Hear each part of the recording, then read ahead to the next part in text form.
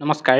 আমাৰ আজিৰ ভিডিঅ'টোলৈ আপোনালোক সকলোকে স্বাগতম জনাইছোঁ আৰু আজিৰ ভিডিঅ'টোত আমি আলোচনা কৰিবলৈ গৈ আছোঁ আহোম পলিটিকেল ক্ৰাইচিছ অৰ্থাৎ আহোমৰ কেনেকৈ ৰাজনৈতিক ক্ৰাইচিছ হৈছিল তাৰ বিষয়ে আজি আমি আলোচনা কৰিম।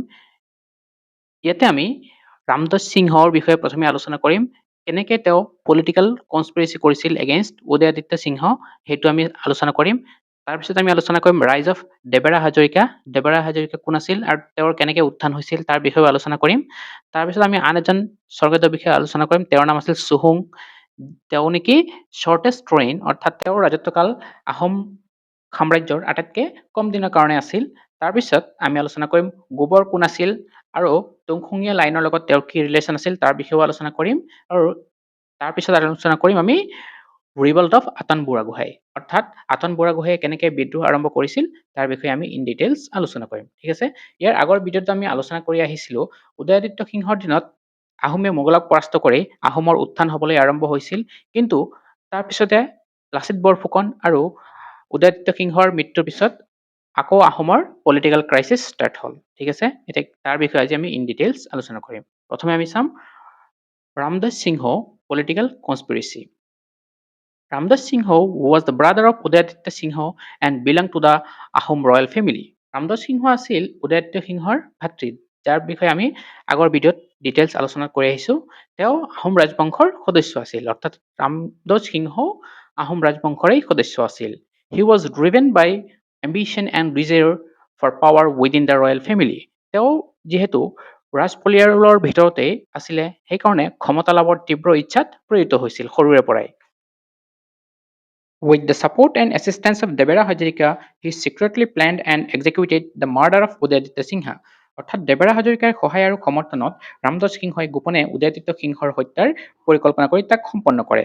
অৰ্থাৎ তেওঁৰ নিজৰ ভাতৃয়েই তেওঁক হত্যা কৰিছিল। ঠিক আছে। তাৰপিছত কি হৈছিল চাওঁ আমি। Udayaditya Singha was poisoned and killed, which was a clear example of betrayal within the royal family. Udayaditya সিংহক যে বিষ খুৱাই হত্যা কৰা হৈছিল, এইটো আছিল ৰাজ পৰিয়ালৰ ভিতৰত বিশ্বাসঘাতকতাৰ এক স্পষ্ট উদাহৰণ। This event marked the beginning of severe instability in Ahom politics. আৰু এই ঘটনাই আহোম ৰাজনীতিত গভীৰ অস্থিৰতাৰ আৰম্ভণি কৰে। ঠিক আছে। তো ইয়াৰ পৰাই আমি গম পালো যে আহোমৰ অকমান পতন হোৱা ষ্টাৰ্ট হৈছিল সেই সময়ত। তাৰপিছত আমি আলোচনা কৰিম ৰাইজ of Debera Hazarika. After the murder of king, the Devara Hajarika was elevated to the powerful position of Borbarua. ৰজাৰ হত্যাৰ পিছত দেবেৰা হাজৰিকাক শক্তিশালী বৰবৰুৱা পদত অধিষ্ঠিত কৰা হৈছিল। The post of Borbarua was one of the most important administrative positions in the Ahom kingdom. Borbarua পদ আহোম ৰাজ্যৰ এক অন্যতম গুৰুত্বপূৰ্ণ প্ৰশাসনিক পদ আছিল। ঠিক আছে। Gradually, Devara became the real authority behind the throne, controlling the administration and decision-making process. অৰ্থাৎ তাৰপিছত কি হ'ল দেখা গ'ল যে তেওঁক যিহেতু বৰবৰুৱা পাতিছিল, তাৰপিছত তেওঁ লাহে লাহে দেবেৰা সিংহাসনৰ অন্তৰালৰ প্ৰকৃত ক্ষমতাধাৰী হৈ পৰে আৰু শাসন ব্যৱস্থা আৰু সিদ্ধান্ত গ্ৰহণ নিজৰ নিয়ন্ত্ৰণত লৈ আহে। ঠিক আছে। তাৰপিছত আমি চাওঁ The king became only a nominal figure while Devara exercised actual power. ৰজা কেৱল নামমাত্ৰ শাসক হৈ আছিলে আৰু প্ৰকৃত ক্ষমতা সব দেবেৰা হাজৰিকাৰ হাততেই আছিলে। To secure his position and eliminate all threats, Devara killed around 14 princes, including Ramdas Singha himself. নিজৰ ক্ষমতা সুৰক্ষিত কৰিবলৈ আৰু সকলো ভাবুকি দূৰ কৰিবলৈ দেবেৰাই ৰামদাস সিংহকে ধৰি প্ৰায় 14জন ৰাজকুমাৰক হত্যা কৰে। অৰ্থাৎ যিজনে নেকি তেওঁক ৰজা পাতিছিল সেইজনকে আকৌ তেওঁ মাৰি পেলালে। This created an atmosphere of fear, violence, and continuous instability in the kingdom. আৰু ইয়াৰ ফলত ৰাজ্যত ভয়, হিংসা, অবিৰত অস্থিৰতাৰ এক পৰিৱেশৰ সৃষ্টি হৈছিল। ঠিক আছে। এনেকৈ দেবেৰা হাজৰিকাৰ উত্থান হৈছিলে। তাৰপিছত আমি আলোচনা কৰিম চুহুং শ্বৰ্টেষ্ট ৰেইন, যিটো নেকি প্ৰথমে কৈ আহিছিলোঁ আহোম সাম্ৰাজ্যত আটাইতকৈ কম দিনৰ কাৰণে ৰাজত্ব কৰা ৰজাজনেই হ'ল চুহুং। After eliminating Ramdas Singha, Devara installed a prince named Suhung on the throne. Ramdas সিংহক আঁতৰোৱাৰ পিছত দেবেৰাই কি কৰিলে চুহুং নামৰ আন এজন ৰাজকুমাৰক সিংহাসনত বহুৱায়। Suhung had no real authority and acted only as a puppet ruler under Devara's control. চুহুঙৰ কোনো প্ৰকৃত কিন্তু ক্ষমতা নাছিল, তেওঁ দেবৰাৰ নিয়ন্ত্ৰণত এজন পুতলা ৰজা হিচাপে কাম কৰিছিল। ঠিক আছে। His reign lasted only for 21 days, which is the shortest reign in the history of the Ahom kingdom. ইয়াতে কৈছে তেওঁৰ ৰাজত্বকাল মাত্ৰ 21 দিনৰ কাৰণে চলিছিল, যি আহোম ইতিহাসৰ আটাইতকৈ চুটি ৰাজত্বকাল হিচাপে পৰিগণিত হৈছিল। After this short period, Debera had killed him as well. তাৰপিছত কি কৰিছিলে, এই চুটি সময়ৰ পিছত দেবেৰাই তেওঁকো হত্যা কৰিছিলে। অৰ্থাৎ দেবেৰাই প্ৰথম উদয়াদিত্য সিংহক হত্যা কৰিছিলে, তাৰপিছত তেওঁৰ ভাতৃ ৰামদজ সিংহ, যাক নেকি তেওঁ ৰাজপ্ৰসাদ বহিছিলে, তেওঁকো হত্যা কৰিছিলে, আৰু ইয়াৰ পিছত থাৰ্ড টাইম তেওঁক কোনজন ৰজাক হত্যা কৰিলে, চুহুং নামৰ ৰজাজনক। This clearly shows that the position of the king had become unstable and depended entirely on Devera's will. ইয়াৰ পৰা স্পষ্ট হয় যে ৰজাৰ পদ সম্পূৰ্ণৰূপে দেবেৰাৰ ইচ্ছাৰ ওপৰত নিৰ্ভৰশীল আৰু অস্থিৰ হৈ পৰিছিল। ঠিক আছে, নেক্সট আমি আলোচনা কৰিম গোবৰ and তুংখুঙীয়া line. After Suhung, Devera placed another prince named Govar on the throne.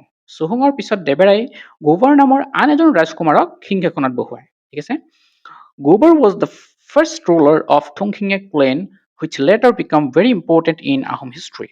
গোবৰ তুংখুঙীয়া বংশৰ প্ৰথম শাসক আছিল, যি পিছলৈ আহোম ইতিহাসত অতি গুৰুত্বপূৰ্ণ হৈ উঠে। অকণমান পিছত আমি আলোচনা কৰিম। He was also the father of Gadadhar Singha, who had later become powerful king. এই গোবৰ আছিল গদাধৰ সিংহৰ পিতৃ, যি পিছলৈ এজন শক্তিশালী ৰজা হয়। আমি আমাৰ নেক্সট ভিডিঅ'ত তেওঁৰ বিষয়েও আলোচনা কৰিম, অৰ্থাৎ গদাধৰ সিংহৰ বিষয়ে আলোচনা কৰিম। Gobar's reign lasted only 24 days, reflecting the continued instability of the kingdom. আকৌ গোবৰৰ যিজন ৰজা আছিল, তেওঁৰ ৰাজত্বকাল মাত্ৰ 24 দিনলৈকে চলিছিল, যাৰ পৰা ৰাজ্যৰ অস্থিৰতা অব্যাহত থকাৰ প্ৰমাণ পোৱা যায়। ঠিক আছে, তাৰপিছত আমি আলোচনা কৰিম revolt of Atan Burhagohain. The nobles and officials of the kingdom become frustrated and angry with Devera's cruelty and misuse of power. ৰাজ্যৰ সম্ভ্ৰান্ত লোক যোনসকল আছিল বা বিষয়াসকল দেবেৰাৰ এই নিষ্ঠুৰতা আৰু ক্ষমতাৰ অপব্যৱহাৰত অসন্তুষ্ট হৈ পৰিছিল। তেওঁ এজনৰ পিছত এজন ৰজাক হত্যা কৰিছিল। সেইবোৰ দেখি সকলো সম্ভ্ৰান্ত লোক আৰু বিষয়াসকল তেওঁৰ প্ৰতি অসন্তুষ্ট হৈছিল। Under the leadership of Atan Buragohai, they organized a revolt against Devera. আতান বুঢ়াগোহাঁইৰ নেতৃত্বত তেওঁলোকে দেবেৰাৰ বিৰুদ্ধে বিদ্ৰোহ সংগঠিত কৰে।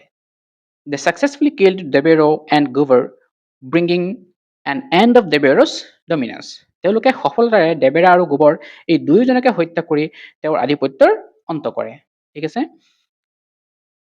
The nobles then requested Atan Buragohai to become the king.